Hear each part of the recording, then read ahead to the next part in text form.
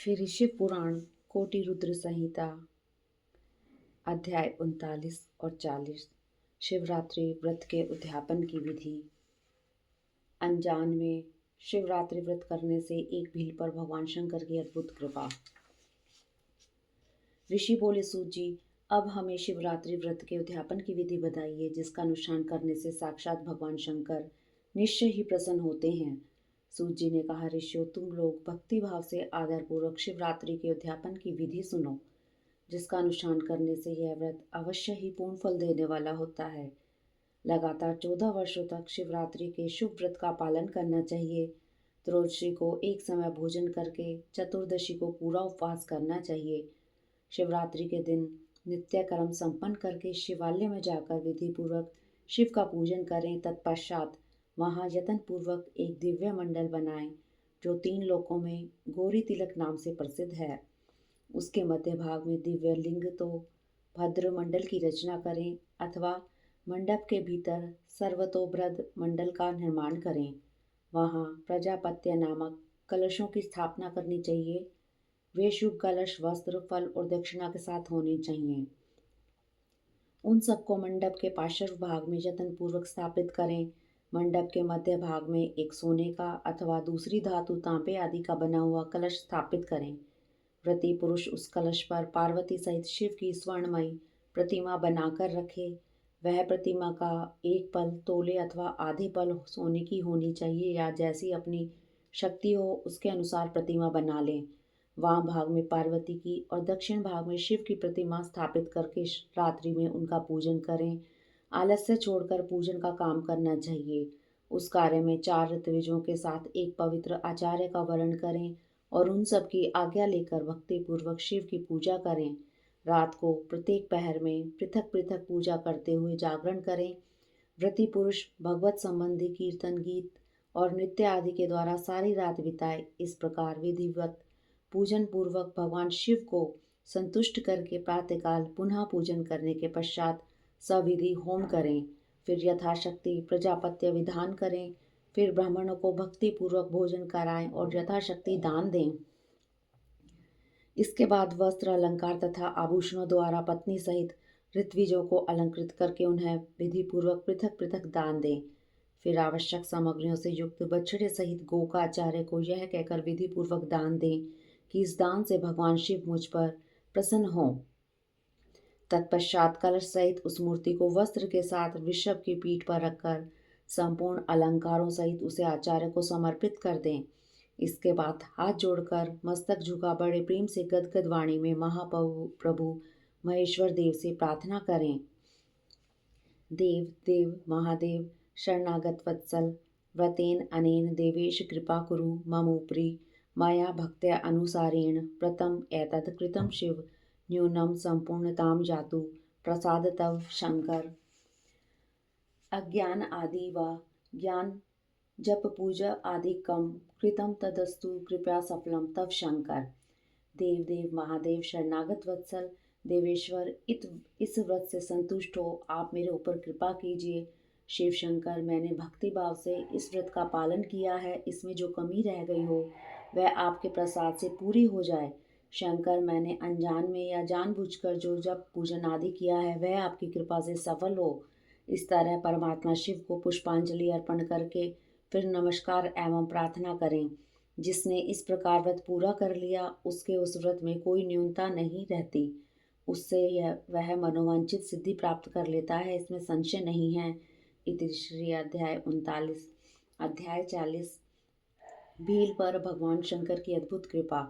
ऋषियों ने पूछा, सूजी, पूर्व काल में किसने इस उत्तम शिवरात्रि व्रत का पालन किया था, और अनजान में भी इस व्रत का पालन करके किसने कौन सा फल प्राप्त किया था।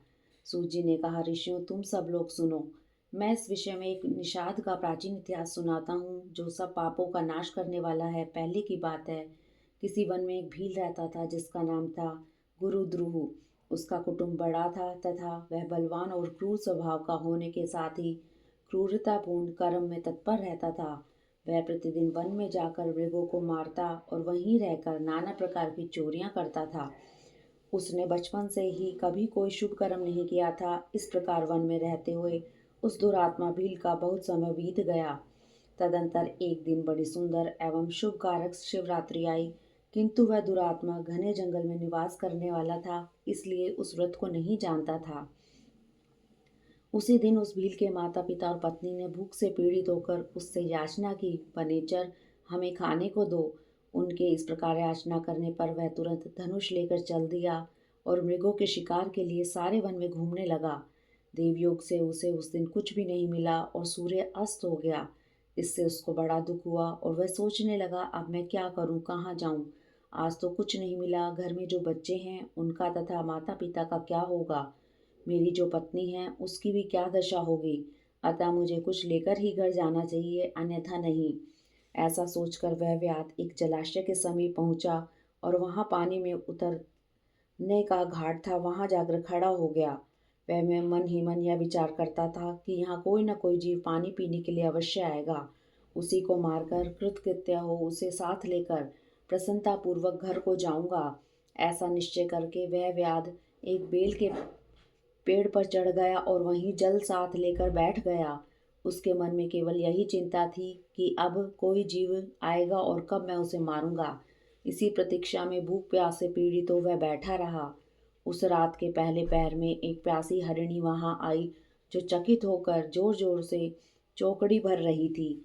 ब्राह्मणों, उस मृगी को देखकर व्याध को बड़ा हर्ष हुआ और उसने तुरंत ही उसके वध के लिए अपने धनुष पर एक बाण का संधान किया। ऐसा करते हुए उसके हाथ के धक्के से थोड़ा सा जल और बिल्वा पत्र नीचे गिर पड़े। उस पेड़ के नीचे शिवलिंग पूजा के महात्म उस पेड़ के नीचे शिवलिंग था।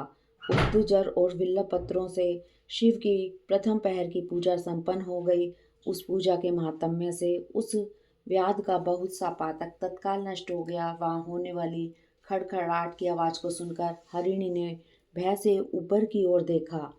व्याध को देखते ही वह व्याकुल हो गई और बोली, व्याध, तुम क्या करना चाहते हो, मेरे सामने सच सच बताओ। हरिणी की वह बात सुनकर व्याध ने कहा, आज मेरे कुटुंब के लोग भूखे हैं, अतः तुमको मारकर उनकी भूख मिटाऊंगा, उन्हें तृप्त करूंगा। व्याध का वह दारुण वचन सुनकर तथा जिसे रोकना कठिन था, उस दुष्ट भील को बाण ताने देखकर मृगी सोचने लगे कि अब मैं क्या करूं, कहाँ जाऊं, अच्छा कोई उपाय रचती हूँ। ऐसा विचार कर उसने वहां इस प्रकार कहा, भील, मेरे मांस से तुमको सुख होगा। इस अनर्थकारी शरीर के लिए इससे अधिक महान पुण्य का कार्य और क्या हो सकता है। उपकार करने वाले प्राणी को इस लोक में जो पुण्य प्राप्त होता है, उसका 100 वर्षों में भी वर्णन नहीं किया जा सकता। परंतु इस समय मेरे सब बच्चे मेरे आश्रम में ही हैं। मैं उन्हें अपनी बहन को अथवा स्वामी को सौंप कर लौट आऊंगी। वनेचर, तुम मेरी इस बात को मिथ्या न समझो। मैं फिर तुम्हारे पास लौट आऊंगी, इसमें संशय नहीं है। सत्य से ही धरती टिकी हुई है, सत्य से ही समुद्र अपनी मर्यादा में स्थित है और सत्य से ही निर्झरों से जल की धाराएं गिरती हैं। सत्य में ही सब कुछ स्थित है। मृगी के ऐसा कहने पर भी जब व्याध ने उसकी बात नहीं मानी, तब उसने अत्यंत विस्मित एवं भयभीत हो पुनः इस प्रकार कहना आरंभ किया। मृगी बोली, व्याध सुनो, मैं तुम्हारे सामने ऐसी शपथ खाती हूँ जिससे घर जाने पर मैं अवश्य तुम्हारे पास लौट आऊंगी। ब्राह्मण यदि वेद बेचे और तीनों काल संध्या न करे तो उसे पाप लगता है। पति की आज्ञा का उल्लंघन करके स्वेच्छानुसार कार्य करने वाली स्त्रियों को जिस पाप की प्राप्ति होती है, किए हुए उपकार को न मानने वाले, भगवान शंकर से विमुख रहने वाले, दूसरों से द्रोह करने वाले, धर्म को लांघने वाले तथा विश्वासघात और छल करने वाले लोगों को जो पाप लगता है, उसी पाप से मैं भी लिप्त हो जाऊं यदि लौटकर यहाँ न आऊं। इस तरह अनेक शपथ खाकर जब मृगी चुपचाप खड़ी हो गई, तब उस व्याध ने उस पर विश्वास करके कहा, अच्छा, अब तुम अपने घर को जाओ। तब वह मृगी बड़े हर्ष के साथ पानी पीकर अपने आश्रम मंडल में गई। इतने में ही रात का वह पहला पहर व्याध के जागते ही जागते बीत गया।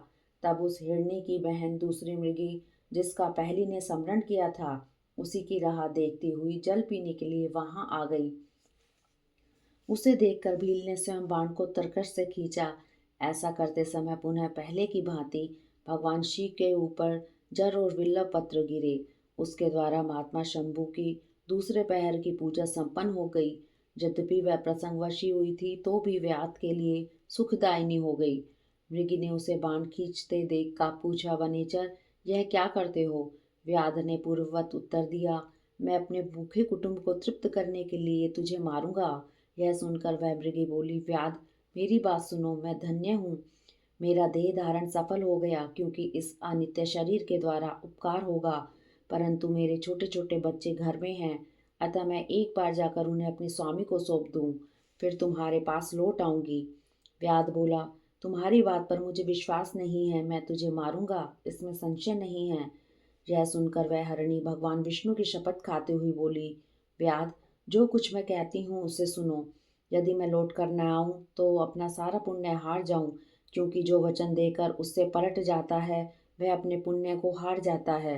जो पुरुष अपनी विवाहिता स्त्री को त्याग कर दूसरी के पास जाता है, वैदिक धर्म का उल्लंघन करके कपोल कल्पित धर्म पर चलता है, भगवान विष्णु का भक्त होकर शिव की निंदा करता है, माता पिता की निधन तिथि को श्राद्ध आदि न करके उसे सूना बिता देता है तथा मन में संताप का अनुभव करके अपने किए हुए वचन को पूरा करता है, ऐसे लोगों को जो पाप लगता है वही मुझे भी लगे यदि मैं लौटकर ना आऊं।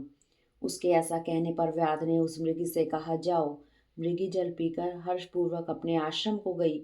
इतने में ही रात का दूसरा पहर भी व्याध के जागते जागते बीत गया। इसी समय तीसरा प्रहर आरंभ हो जाने पर मृगी के लौटने में बहुत विलंब हुआ जान चकित हो व्याध उसकी खोज करने लगा। इतने में ही उसके जल के मार्ग में एक हिरण को देखा। वह बड़ा हष्ट पुष्ट था। उसे देखकर वनेचर को बड़ा हर्ष हुआ और वह धनुष पर बाण चलाकर उसे मार डालने को उद्यत हुआ। ऐसा करते समय उसके प्रारब्धवश कुछ जल और विल्लपत्र शिवलिंग पर गिरे। उससे उसके सौभाग्य से भगवान शिव की तीसरे पहर की पूजा संपन्न हो गई। इसी तरह भगवान ने उस पर अपनी दया दिखाई। पत्तों के गिरने आदि का शब्द सुनकर उस मृग ने व्याध की ओर देखा और पूछा, क्या करते हो? व्याध ने उत्तर दिया, मैं अपने कुटुंब को भोजन देने के लिए तुम्हारा वध करूंगा। व्याध की यह बात सुनकर हरिण के मन में बड़ा हर्ष हुआ और तुरंत ही व्याध से इस प्रकार बोला, मैं धन्य हूँ, मेरा हष्ट पुष्ट होना सफल हो गया, क्योंकि मेरे शरीर से आप लोगों की तृप्ति होगी। जिसका शरीर परोपकार के काम में नहीं आता उसका सब कुछ व्यर्थ चला गया। जो सामर्थ्य रहते हुए भी किसी का उपकार नहीं करता उसकी वह सामर्थ्य व्यर्थ चली जाती है तथा वह परलोक में नरकगामी होता है। परंतु एक बार मुझे जाने दो, मैं अपने बालकों को उसकी माता के हाथ में सौंपकर और उन सबको धीरज बंधाकर यहाँ लौट आऊंगा। उसके ऐसा कहने पर व्याध मन ही मन बड़ा विस्मित हुआ। उसका हृदय कुछ शुद्ध हो गया था और उसके सारे पाप पुंज नष्ट हो चुके थे। उसने इस प्रकार कहा, जो जो यहाँ आए वे सब तुम्हारी ही तरह बातें बनाकर चले गए, परंतु वे वंचक अभी तक यहाँ नहीं लौटे। हे मृग, तुम भी इस समय संकट में हो, इसलिए झूठ बोलकर चले जाओगे, फिर आज मेरा जीवन निर्वाह कैसे होगा? मृग बोला, व्याध मैं जो कुछ कहता हूँ उसे सुनो। मुझ में असत्य नहीं है। सारा चराचर ब्रह्मांड सत्य से ही टिका हुआ है। जिसकी वाणी झूठी होती है उसका पुण्य उसी क्षण नष्ट हो जाता है। तथापि भील, तुम मेरी सच्ची प्रतिज्ञा सुनो।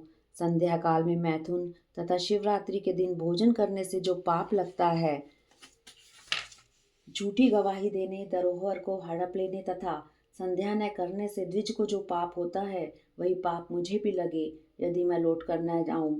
जिसके मुख से कभी शिव का नाम नहीं निकलता, जो सामर्थ्य रहते हुए भी दूसरों का उपकार नहीं करता, पर्व के दिन श्रीफल तोड़ता, अभक्ष्य भक्षण करता तथा शिव की पूजा किए बिना और भस्म लगाए बिना भोजन कर लेता है, इन सब का पातक मुझे लगे यदि मैं लौट कर न आऊं।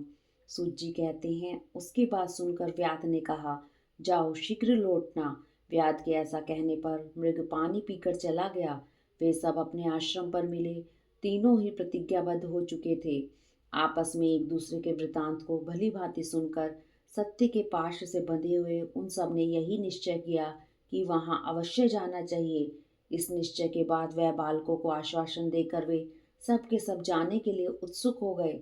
उसी समय जैठी मृगी ने वहां अपने स्वामी से कहा, स्वामी, आपके बिना यहाँ बालक कैसे रहेंगे? प्रभु, मैंने ही वहां जाकर पहले प्रतिज्ञा की है, इसलिए केवल मुझको जाना चाहिए। आप दोनों यहीं रहें। उसकी यह बात सुनकर छोटी मृगी बोली, बहन, मैं तुम्हारी सेविका हूँ, इसलिए आज मैं ही व्याध के पास जाती हूँ। तुम यहीं रहो। यह सुनकर मृग बोला, मैं ही वहां जाता हूँ, तुम दोनों यहाँ रहो, क्योंकि शिष्यों की रक्षा माता से ही होती है। स्वामी की यह बात सुनकर उन दोनों मृगियों ने धर्म की दृष्टि से उसे स्वीकार नहीं किया। वे दोनों अपने पति से प्रेम पूर्वक बोली, प्रभु, पति के बिना इस जीवन को धिक्कार है। तब उन सब ने अपने बच्चों को सांत्वना देकर उन्हें पड़ोसियों के हाथ में सौंप दिया और स्वयं शीघ्र ही उस स्थान को प्रस्थान किया जहाँ वह व्याध शिरोमणि उनकी प्रतीक्षा में बैठा था। उन्हें जाते देख उनके वे सब बच्चे भी पीछे पीछे चले आए। उन्होंने यह निश्चय कर लिया था कि इन माता पिता की जो गति होगी वही हमारी भी हो। उन सबको एक साथ आया देख व्याध को बड़ा हर्ष हुआ। उसने धनुष पर बाण रखा। उस समय पुनः जल और विलप पत्र शिव के ऊपर गिरे। उससे शिव की चौथे पहर की शुभ पूजा भी संपन्न हो गई। उस समय व्याध का सारा पाप तत्काल भस्म हो गया। इतने में ही दोनों मृगियां और मृग बोल उठे, व्याध शिरोमणि, शीघ्र कृपा करके हमारे शरीर को सार्थक करो। उनकी यह बात सुनकर व्याध को बड़ा विस्मय हुआ। शिव पूजा के प्रभाव से उसको दुर्लभ ज्ञान प्राप्त हो गया। उसने सोचा, ये मृग ज्ञानहीन पशु होने पर भी धन्य हैं, सर्वदा आदरणीय हैं, क्योंकि अपने शरीर से ही परोपकार में लगे हुए हैं। मैंने इस समय मनुष्य जन्म पाकर भी किस पुरुषार्थ का साधन किया। दूसरों के शरीर को पीड़ा देकर अपने शरीर को पोसा है। प्रतिदिन अनेक प्रकार के पाप करके अपने कुटुंब का पालन किया है। हाय, ऐसे पाप करके मेरी क्या गति होगी, अथवा मैं किस गति को प्राप्त होऊंगा। मैंने जन्म से लेकर अब तक जो पातक किया है उसका इस समय मुझे स्मरण हो रहा है। मेरे जीवन को धिक्कार है, धिक्कार है। इस प्रकार ज्ञान संपन्न होकर व्याध ने अपने बाण को रोक लिया और कहा, श्रेष्ठ मृगो, तुम जाओ, तुम्हारा जीवन धन्य है। व्याध के ऐसा कहने पर भगवान शंकर तत्काल प्रसन्न हो गए और उन्होंने व्याध को अपने सम्मानित एवं पूजित स्वरूप का दर्शन कराया तथा कृपापूर्वक उसके शरीर का स्पर्श करके उससे प्रेम से कहा, भील, मैं तुम्हारे व्रत से प्रसन्न हूँ, वर मांगो। व्याध भी भगवान शिव के उस रूप को देखकर तत्काल जीवन मुक्त हो गया और मैंने सब कुछ पा लिया यूं कहता हुआ उनके चरणों के आगे गिर पड़ा। उसके इस भाव को देखकर भगवान शिव भी मन ही मन बड़े प्रसन्न हुए और उसे गुह्य नाम देकर कृपा दृष्टि से देखते हुए उन्होंने उसे दिव्य वर दिए। शिव बोले, व्याध, सुनो, आज से तुम श्रृंगवेरपुर में उत्तम राजधानी का आश्रय ले दिव्य भोगों का उपभोग करो। तुम्हारे वंश की वृद्धि निर्विघ्न रूप से होती रहेगी। देवता भी तुम्हारी प्रशंसा करेंगे। व्याध, मेरे भक्तों पर स्नेह रखने वाले भगवान श्री राम एक दिन निश्चय ही तुम्हारे घर पधारेंगे और तुम्हारे साथ मित्रता करेंगे। तुम मेरी सेवा में मन लगाकर दुर्लभ मोक्ष पा जाओगे। इसी समय वे सब मृग भगवान शंकर का दर्शन और प्रणाम करके मृग योनि से मुक्त हो गए तथा दिव्य देहधारी हो विमान पर बैठकर शिव के दर्शन मात्र से शाप मुक्त हो दिव्य धाम को चले गए। तब से अर्बुद पर्वत पर भगवान शिव व्याधेश्वर नाम से प्रसिद्ध हुए, जो दर्शन और पूजन करने पर तत्काल भोग और मोक्ष प्रदान करने वाले हैं। महर्षि उस व्याध ने भी उस दिन से दिव्य भोगों का उपभोग करता हुआ अपनी राजधानी में रहने लगा। उसने भगवान श्री राम की कृपा पाकर शिव का सायुज्य प्राप्त कर लिया। अनजान में ही इस व्रत का अनुष्ठान करने से उसको सायुज्य मोक्ष मिल गया। फिर जो भक्ति भाव से संपन्न होकर इस व्रत को करते हैं वे शिव का शुभ सायुज्य प्राप्त कर लें, इसके लिए तो कहना ही क्या है। संपूर्ण शास्त्रों तथा अनेक प्रकार के धर्मों के विषय में भली भांति विचार करके इस शिवरात्रि व्रत को सबसे उत्तम बताया गया है। इस लोक में जो नाना प्रकार के व्रत, विविध तीर्थ, भांति भांति के त्रिविध विचित्र दान, अनेक प्रकार के यज्ञ, तरह तरह के तप तथा बहुत से जप हैं, वे सब इस शिवरात्रि व्रत की समानता नहीं कर सकते। इसलिए अपने हित चाहने वाले मनुष्य को इस शुभतर व्रत का अवश्य पालन करना चाहिए। यह शिवरात्रि व्रत दिव्य है, इससे सदा भोग और मोक्ष की प्राप्ति होती है। महर्षियों, यह शुभ शिवरात्रि व्रत व्रतराज के नाम से विख्यात है। इसके विषय में सब बातें मैंने तुम्हें बता दी। हरिओम तत्सत इति श्री अध्याय 40। ओम नमः शिवाय। ओम नमः शिवाय।